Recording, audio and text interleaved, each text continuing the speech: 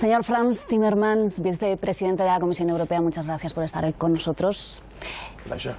Estos días todo el mundo habla del Brexit. Todo aquel que está interesado en la Unión Europea habla del Brexit. No hay vuelta atrás, dijo Theresa May en el Parlamento británico. ¿Usted esto lo considera un fracaso de la Unión Europea o más bien una oportunidad? Por supuesto, es una gran decepción que uno de nuestros Estados miembros decida abandonar la Unión Europea. Eso me entristece.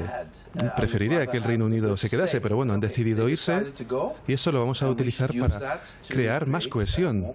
¿Usted cree que va a ser posible conseguir una salida acordada y cordial? Creo que es posible, sí. La carta que ha escrito la primera ministra May nos ofrece una oportunidad de tener un diálogo constructivo con el Reino Unido. Pero en lo que se refiere a la Comisión, nosotros negociamos en nombre de los 27 Estados miembros. Y los 27 Estados miembros nos han pedido que pongamos en primer lugar a nuestros ciudadanos, que nos aseguramos de que si tenemos este divorcio, pues que todo el mundo haga lo que ha prometido hacer. Por eso tenemos que liquidar la factura por compromisos anteriores. Y el Reino Unido tendrá que cumplir esos términos.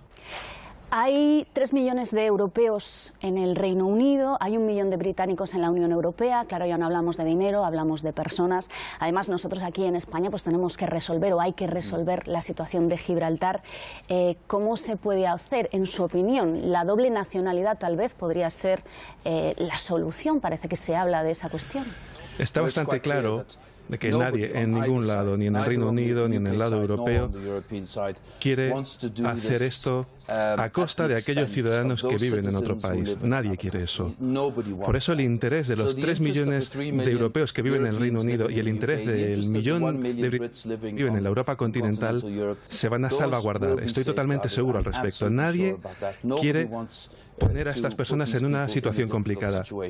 La Unión Europea aguantó la respiración durante las elecciones holandesas hasta que se supo el resultado de Geert Wilders. Sin embargo, en Francia, Marine Le Pen está ahora liderando las encuestas para la primera vuelta de las presidenciales. Ya sabemos que es muy difícil que consiga gobernar, pero ¿y si ganase? ¿Y si consiguiese obtener más votos que el resto de partidos por separado? ¿Cómo se enfrentaría la Unión a ese no de Francia a la Unión Europea? Bien, esperemos a ver lo que ocurre en las elecciones presidenciales. La gente ha optado por esta sociedad cercana y por el nacionalismo porque se creen que están abandonados por Europa, se sienten abandonados por los partidos políticos, por los sistemas que están en el poder, y por eso la gente que vota esta fórmula piensan que si esto no ha funcionado, pues a lo mejor el nacionalismo extremo sí que nos funciona. ¿Y cree que puede seguir siendo presidente del Eurogrupo alguien que considera o que afirmó que los países del sur se gastan el dinero de Europa en alcohol y en mujeres? No creo que quisiera decir eso, pero sus palabras han tenido el efecto de crear esa impresión. Eso está mal, no tendría que haberlo dicho, está mal. El Eurogrupo es el que tiene que decidir quién es su presidente. Nosotros no decidimos eso, es el Eurogrupo quien lo decide. Pero está claro que una cosa que no necesitamos en Europa es crear estereotipos. Aumentar los estereotipos, crear más divisiones. Lo que necesita Europa hoy es que los países se unan. España tiene una oportunidad única ahora, en este momento, para ser uno de los líderes de Europa. Y eso lo hacemos uniéndonos, no creando estereotipos. ¿Quién considera que es un riesgo mayor para Europa, si es que considera que es un riesgo, Donald Trump o Vladimir Putin?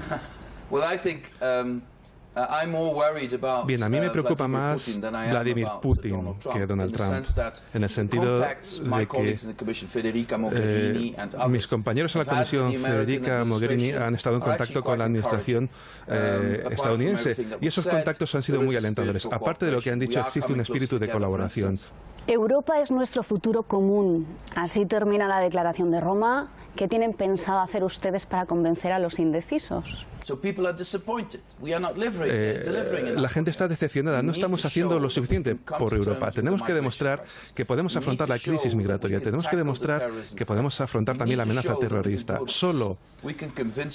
Simplemente mostrando resultados podemos convencer a la gente para que vuelva a Europa. Señor Frans Timmermans, vicepresidente de la Comisión Europea, ha sido un placer de verdad charlar con usted y muchísimas gracias por venir a la televisión española. Muchísimas gracias por invitarme. Gracias.